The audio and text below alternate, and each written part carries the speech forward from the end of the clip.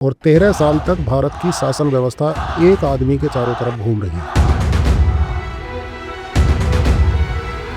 भारत माता की, भारत माता की। कश्मीर समस्या का हल, राम मंदिर समस्या का हल, ये गंभीर समस्याएं थी। देश उलझा हुआ था, समाज उलझा हुआ था। साथियों, 2014 के बाद हमने संकल्प लिया कि नक्सलवाद माओवाद को जड़ से उखाड़ फेंकेंगे। जो ढांचागत विकास की बात है उसके भी मैं पक्ष में हूँ। भारत का रेलवे नेटवर्क, भारत का रक्षा विभाग, भारत का सड़क नेटवर्क। लेकिन उनका विरोध बहुत कम लोग करते हैं। अंधभक्तों की संख्या बहुत है भारत में। अगर भारत के राजनीतिक विपक्ष को मोदी को हटाना है भारत से, तो आप ये समझ लीजिएगा कि उन्हें समीक्षक के दृष्टिकोण से समाज के सामने पेश होना होगा। विपक्ष भी इस देश का बड़ा ढिल्लम ढिल्ला लगता है।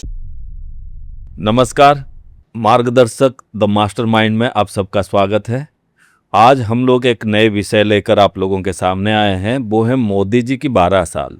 समाज में बहुत चर्चा है, समाज में लोगों में ये भी है कि उनकी कार्यकाल अच्छा है या बुरा है। तो विरोधियों की अलग तरीके की बोलना है और जो उनकी पक्ष के हैं वो उनकी अलग बोलना है, और तीसरे तरह तरह की विचारधाराएं यहाँ पे सुनने को मिलता है, मीडिया से लेकर, सोशल मीडिया से लेकर तरह तरह की बातें।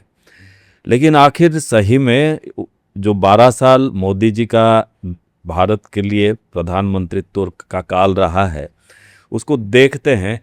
नरेंद्र जी हमारे साथ में हैं। उनकी नज़रिया से वो मोदी जी की 12 साल को किस नज़र से देखते हैं, क्योंकि वो समाज विज्ञान की शोधार्थी हैं। लगभग 30 सालों से वो समाज विज्ञान की शोधरत हैं और वो भी हमारे साथ में हैं। तो उनको पूछते हैं मोदी जी की 12 साल के बारे में, वो कुछ अपने विचार रखें। नमस्ते नरेंद्र जी, आपका स्वागत है। नमस्कार।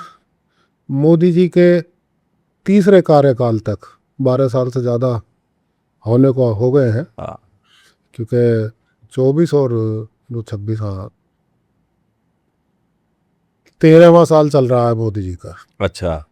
प्रधानमंत्री रहते हुए 150 करोड़ की लगभग आबादी का देश है भारत, और 13 साल तक भारत की शासन व्यवस्था एक आदमी के चारों तरफ घूम रही है। जाहिर सी बात है, लोकतांत्रिक व्यवस्था है तो पक्ष में भी लोग बोलेंगे और विपक्ष में भी लोग बोलेंगे। जहां तक मेरा समझना है तो कुछ फैसले ऐसे रहे हैं मोदी सरकार के जिन्हें उचित ठहराता हूं। कुछ बातें ऐसी भी रही हैं जिन्हें मैं आज तक उचित नहीं मान पाया। जो उचित फैसले हैं, कश्मीर समस्या का हल, राम मंदिर समस्या का हल, ये गंभीर समस्याएं थी। देश उलझा हुआ था, समाज उलझा हुआ था, एक तरफ हो गया है। कुछ जो ढांचागत विकास की बात है उसके भी मैं पक्ष में हूँ। भारत का रेलवे नेटवर्क, भारत का रक्षा विभाग, भारत का सड़क नेटवर्क, और दूसरा भी इंफ्रा की बात करेंगे, औद्योगिक विकास की बात करेंगे, तो उसमें कुछ फैसले अच्छे हुए हैं और देश ने ठीक दिशा में प्रगति की है मोदी के शासनकाल में, तुलनात्मक दूसरे प्रधानमंत्रियों का। विरोध मैं करूंगा, व्यवस्था मुझे कुछ केंद्रित होती हुई दिखाई दी है एक व्यक्ति के चारों तरफ, और इसके लिए मैं ये समझता भी हूं और कहता भी हूं कि निश्चित रूप से लोकतांत्रिक सरकारों में आम आदमी और सरकार के बीच दूरी नहीं बढ़नी चाहिए, बढ़ी है। सरकार यानी जो व्यवस्था चला रहे हैं लोग, और जनता जो शासित है, उसमें बड़ी दूरी है। उस दूरी का दुष्परिणाम ये है, मैं शुरुआत में आपसे बता दूं कि उस दूरी का दुष्परिणाम ये है भाई साहब, एक तो व्यवस्था चलाने वाला जो सरकार की एक प्रकार से नौकरशाही है, और नौकरशाही के अधीन जो मशीनरी काम करती है, उसमें भ्रष्टाचार की मात्रा बहुत ज़्यादा बढ़ी है, बहुत ज़्यादा।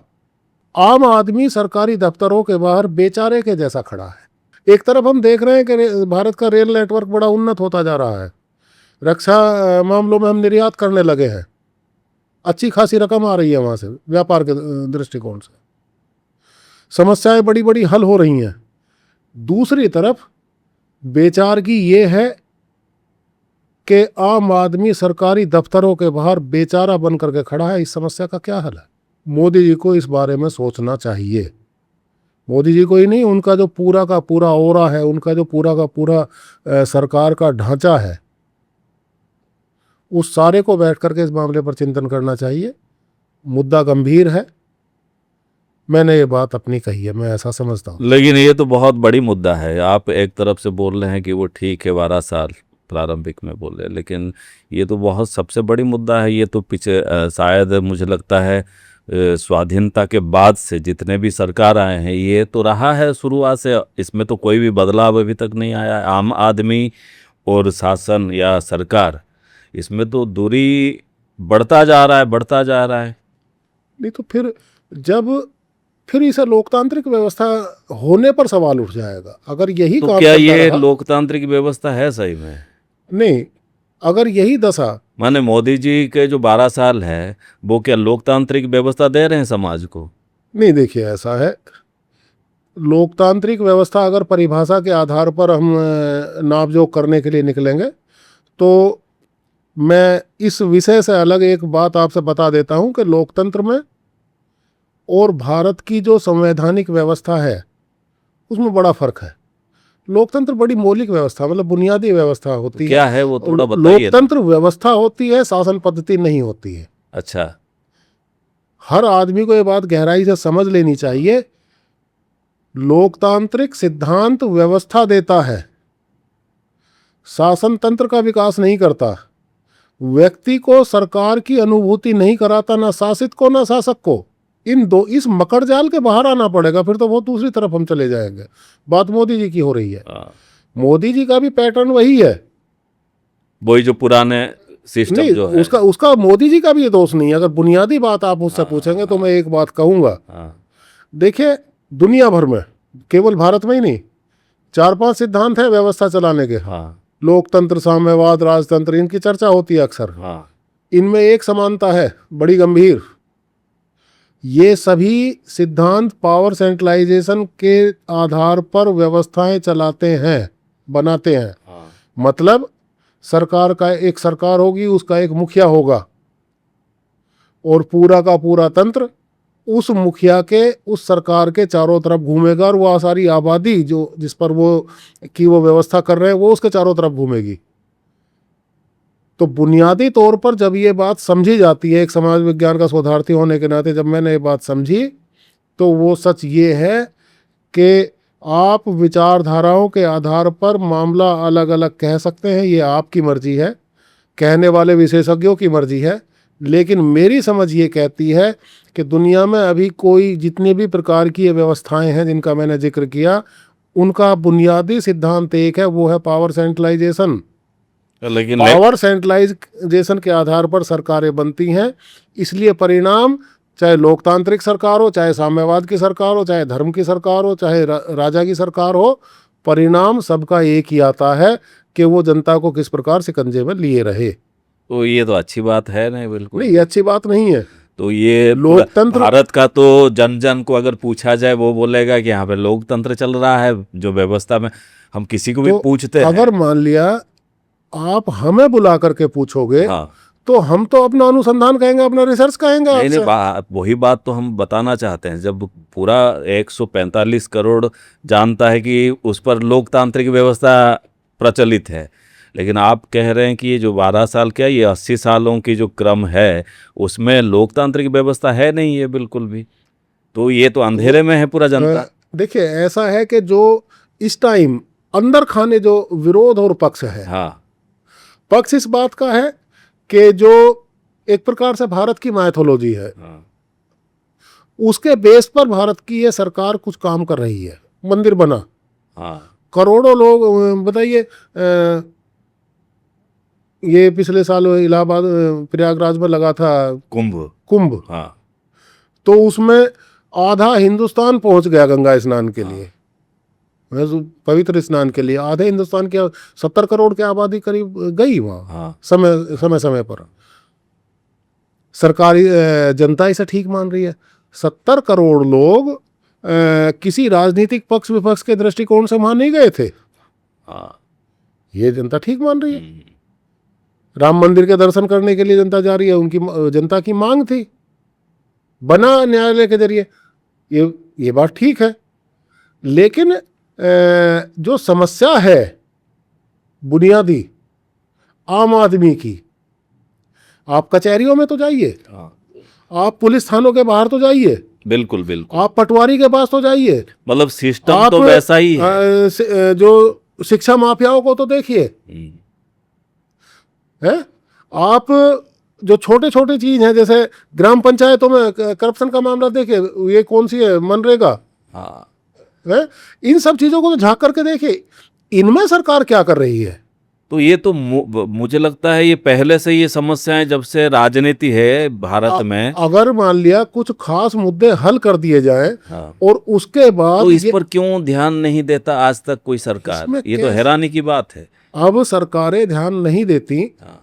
तो ये ये क्यों, हमारी जैसे हम लोग मानते हैं मोदी जी की जो सरकार है ये समझदारों का है, देखिए, मोदी जी को तो हम समझदार मान रहे हैं। ना तो मुझे ये कहना है कि मोदी जी समझदार हैं, ना मुझे ये कहना है कि मोदी जी बेवकूफ, उस बात से मेरा कोई मतलब नहीं। नहीं नहीं, कुछ निर्णयों से लगता है 12 सालों में हाँ। कि वो समझदार नेताओं में समझदार व्यक्ति हैं, समझदारी दिखाते हैं, उनका निर्णय से पता चलता है। ऐसा नहीं है, क्योंकि उससे पहले कार्यकाल हम देखते हैं मनमोहन सिंह, एक प्रधानमंत्री को हम देखते हैं ना, भारतवासी भी देखते हैं, तो उससे पता चलता है कहाँ मनमोहन सिंह, मैं किसी का विरोध नहीं कर रहा हूँ इसमें, ये किसी नाम का, उनकी प्रधानमंत्रित्व कार्यकाल में उनकी जो स्थिति, भारत का जो स्थिति विदेशों में था या देश में था प्रधानमंत्री का, और मोदी जी में बहुत काफ़ी फर्क है, आकाश पाताल जैसा फर्क है।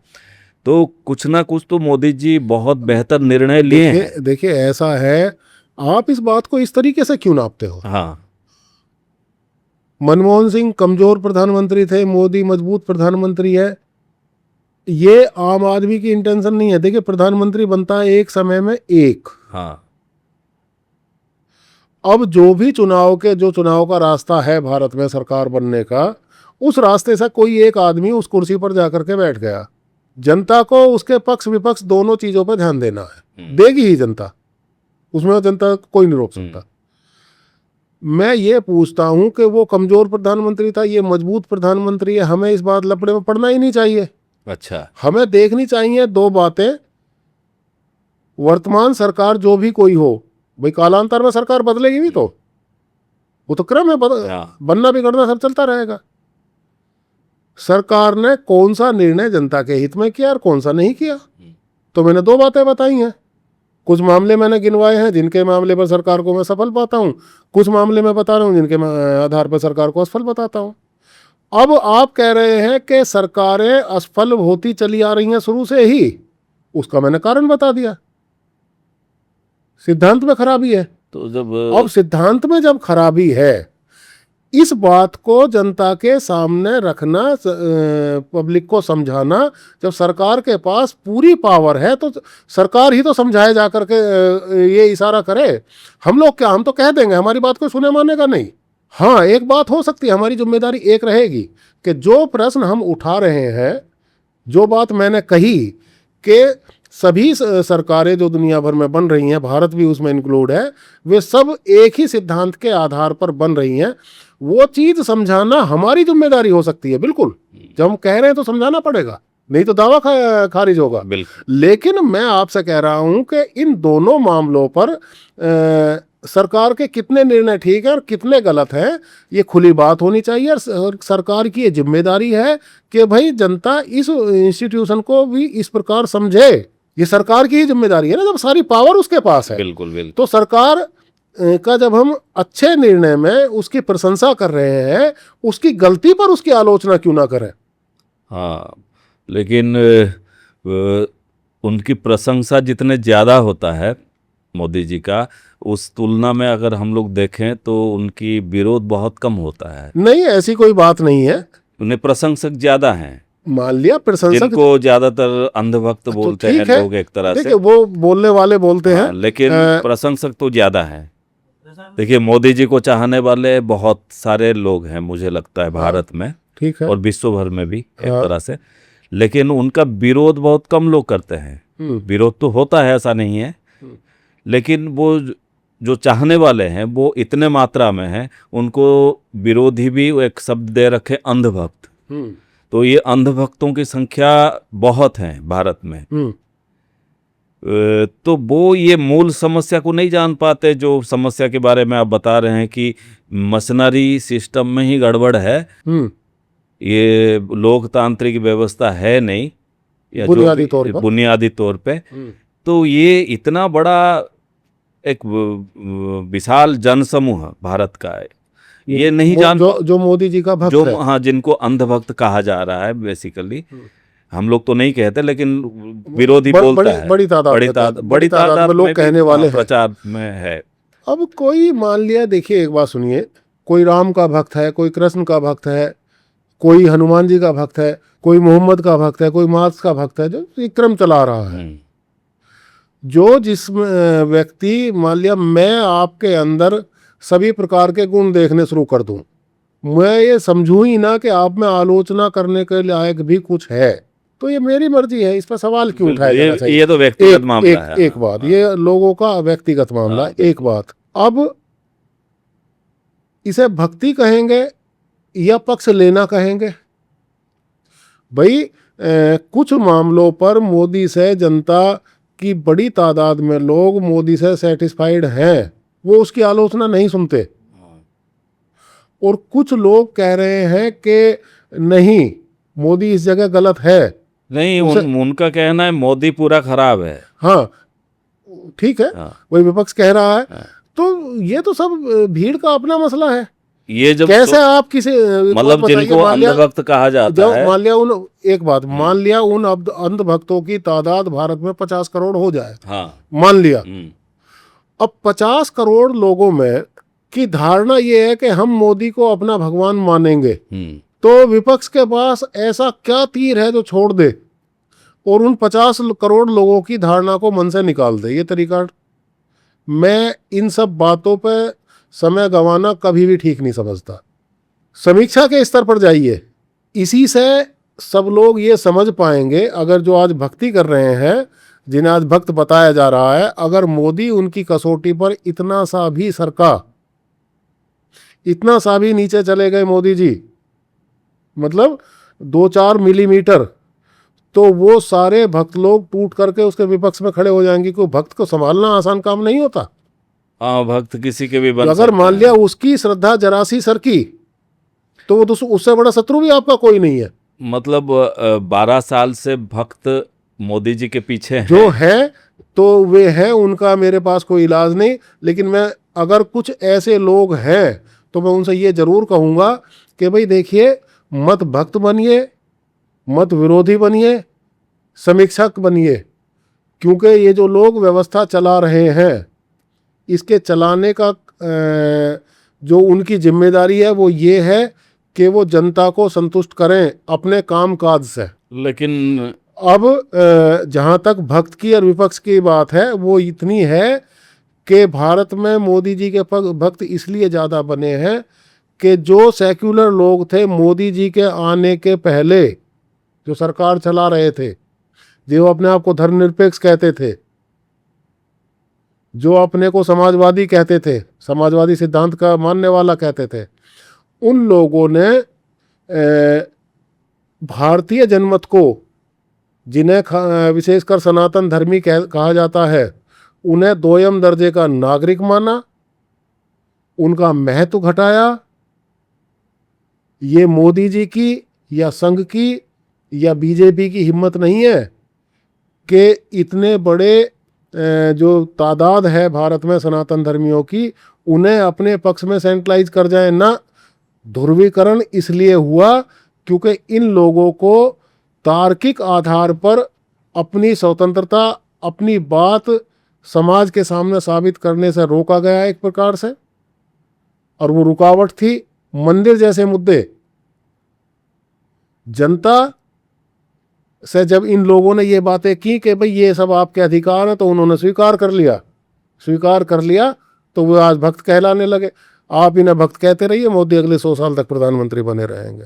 तो आपको लगता है मोदी 100 साल तक प्रधानमंत्री नहीं, रहेंगे? अगर ये सिद्धांत रहा 100 साल तक तो कोई जिंदा नहीं रह सकता, लेकिन मैं कह रहा हूं कि मोदी जब मतलब तक आगे चाहेंगे, आगे जब तक जब वो तक चाहेंगे, तब हाँ, तक रहेंगे। अगर भारत के राजनीतिक विपक्ष को मोदी को हटाना है भारत से, तो आप ये समझ लीजिएगा कि उन्हें समीक्षक के दृष्टिकोण से समाज के सामने पेश होना होगा, समाज के सामने हाजिर होना होगा, लेकिन मोदी जो राजनीतिक विपक्ष है भारत का। लेकिन मोदी जी के ऊपर एक बहुत बड़ा आक्षेप है कि आज तक वो 13 साल के कार्यकाल में एक भी प्रेस वार्ता नहीं बुलाए हैं, और उसके साथ साथ वो उनकी कुछ वीडियो से पता चलता है वो प्रेस से जैसे डरते हैं। ऐसा है क्या? नहीं, देखिए ये तो धारणाएं हैं। मान लिया मैं कहूं कि आप शेर के सामने जाने से डरते हैं, या मैं कहूं कि आप फला आदमी से ये बात कहने से डरते हैं, इस बात का कोई रास्ता थोड़ी है। मोदी का कहना ये है कि मैं अपने निर्णय के जरिए भारत के और दुनिया के मीडिया जगत को जवाब देता हूं। मोदी की धारणा ये है, जो मैं समझता हूं। हाँ, नहीं, ये तो विरोधियों का कहना है। नहीं, विशेष रूप मैं अपने निर्णय के आधार पर विपक्ष को जवाब देता हूं। प्रेस जगत जो है भारत का या दुनिया का, जो बात को सारी जगह पहुंचाता है, यही तो जिम्मेदारी है ना प्रेस की, विश्लेषण करने की। बिल्कुल। तो उसका कहना यह कि मैं अपने निर्णय के आधार पर उन्हें जवाब दे देता हूं, जो मैं समझता हूं। मैंने तो ऐसा माना मोदी के बारे में। अच्छा। प्रेस कॉन्फ्रेंस करना ना तो कोई बुरी बात है और ना अच्छी बात है, न कोई जरूरी ना आवश्यक कोई मुद्दा बिल्कुल है। निश्चित होना चाहिए कि होगी ही, और ना ऐसा कोई बात है कि नहीं होगी। बात ये है ना, अगर कि आपकी गुंजाइश है तो करिए आप प्रेस कॉन्फ्रेंस, नहीं है तो मत करिए। लेकिन मेरा जो कहना है वो ये है कि दोनों की एक स्ट्रेटेजी है जो मैंने समझी है। एक का कहना ये है कि मोदी जी अगर सामने आ जाए तो हम प्रश्नों से ढा देंगे, और मोदी जी का कहना ये है कि मैं ऐसा मौका ही नहीं आने दूंगा, मैं अपने निर्णयों के आधार पर थकाए रखूंगा इन लोगों को। इसकी कमी जो विपक्ष की मैं बता दूं, मोदी जी की तो बहुत सारी आपने मुझसे सुन ली, विपक्ष की कमी एक है, विपक्ष सरकार के विरोधी के रूप में समाज के सामने आ रहा है, ये गलती है। विपक्ष जिस दिन समीक्षक के रूप में सामने आ जाएगा, उस दिन मोदी जी की को प्रेस कॉन्फ्रेंस करनी और अपनी सफाई देनी मजबूरी बन जाएगी। लेकिन विपक्ष भी इस देश का बड़ा ढिल्ला लगता है। नहीं तो फिर अब उसका क्या रास्ता, ढीला रहेगा तो फिर तो वो मोदी आपके ऊपर हावी रहेगा। आप प्रेस कॉन्फ्रेंस को बोल रहे हैं कि कोई जरूरी मुद्दा है नहीं, लेकिन एक तरफ आप इससे पहले भी बोल चुके हैं कि सरकार और आम जनता जो है उसकी बीच में काफ़ी दूरी बढ़ता जा रहा है। तो फिर ये प्रेस अपने को कहता है कि हम गणमाध्यम हैं, जनता के स्वर हैं, चौथे स्तंभ हैं आपकी लोकतंत्र की, तो वो कैसे उसको नकार सकते हैं आप? तो जनता भी जो पक्षधर हैं वो भी इस बात को मार्क कर रहे हैं कि सही में मोदी जी बचते क्यों हैं, तर्क करने पे कमजोर क्यों कमजोर पड़ते हैं, जबकि ऐसा होना नहीं चाहिए।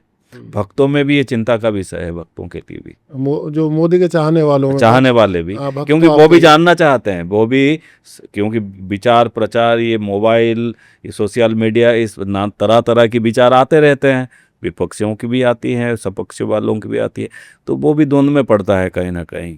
तो इस पर थोड़ा आप देखिए, हम लोग अपनी समझ कह सकते हैं, रणनीतिक रूप से वे लोग बहुत बड़े हैं, हमारी पहुंच वहां तक नहीं है, हम क्या कह दें उनके बारे में।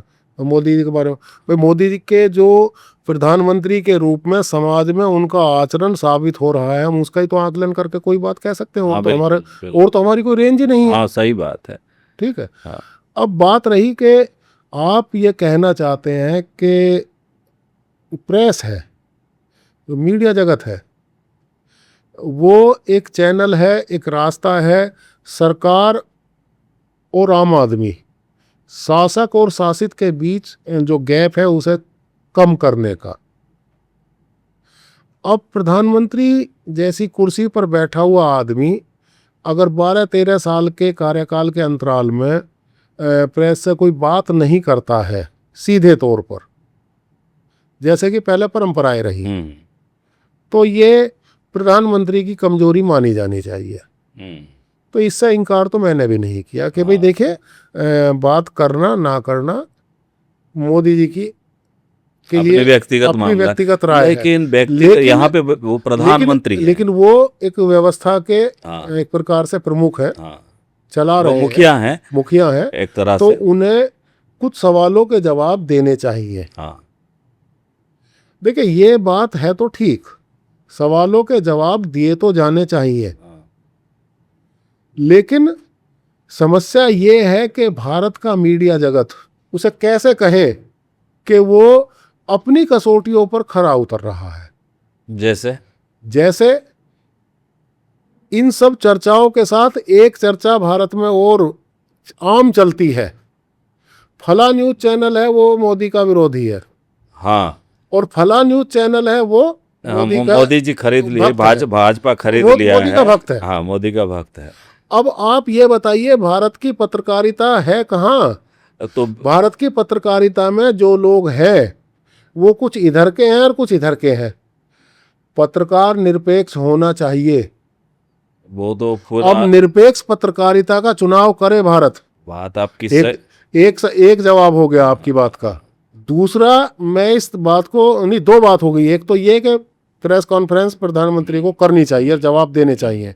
दूसरा ये हो गया कि निरपेक्ष पत्रकारिता होती कहाँ है, इस बात पर विचार करिए। तीसरी बात, इस जो प्रश्न है इसका जवाब ये है कि भाई ये समझा जाना चाहिए कि क्या मोदी के निर्णय जो सरकार के रूप में उस आदमी ने पिछले 12-13 साल में किए हैं या करवाए हैं, जो भी कुछ है, नेतृत्व जिसका होता है उसके नाम पर बात लिखी जाती है, क्या ये निर्णय मोदी के जवाब है कि नहीं है, क्या माना जाना चाहिए? देखिए, अगर ये ऐसा सवाल है, अगर मोदी को दोषी के कटघरे में खड़ा कर दिया जाए तो उसकी सुरक्षा में कई सवाल पैदा हो जाते हैं, कई बातें पैदा हो जाती हैं।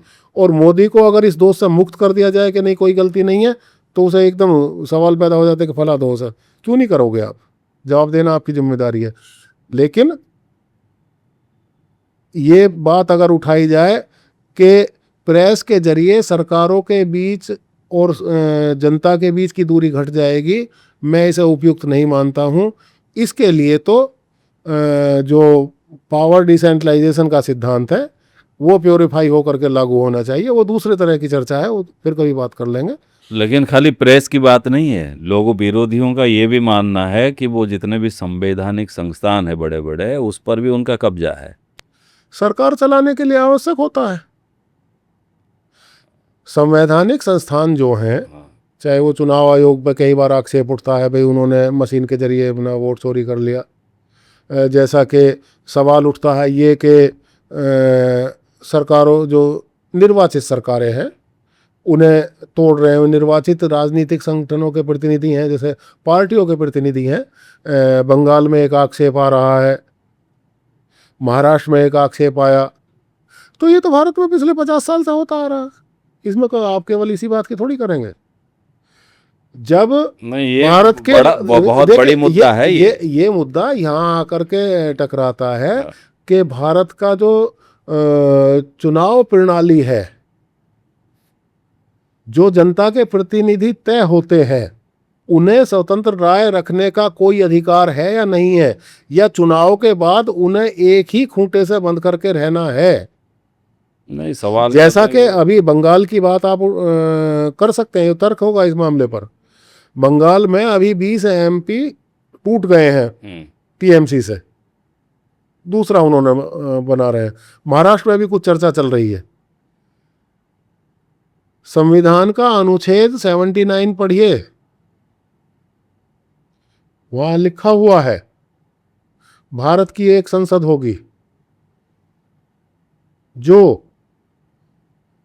राष्ट्रपति, राज्यसभा और लोकसभा को बना करके मिला करके बनेगी।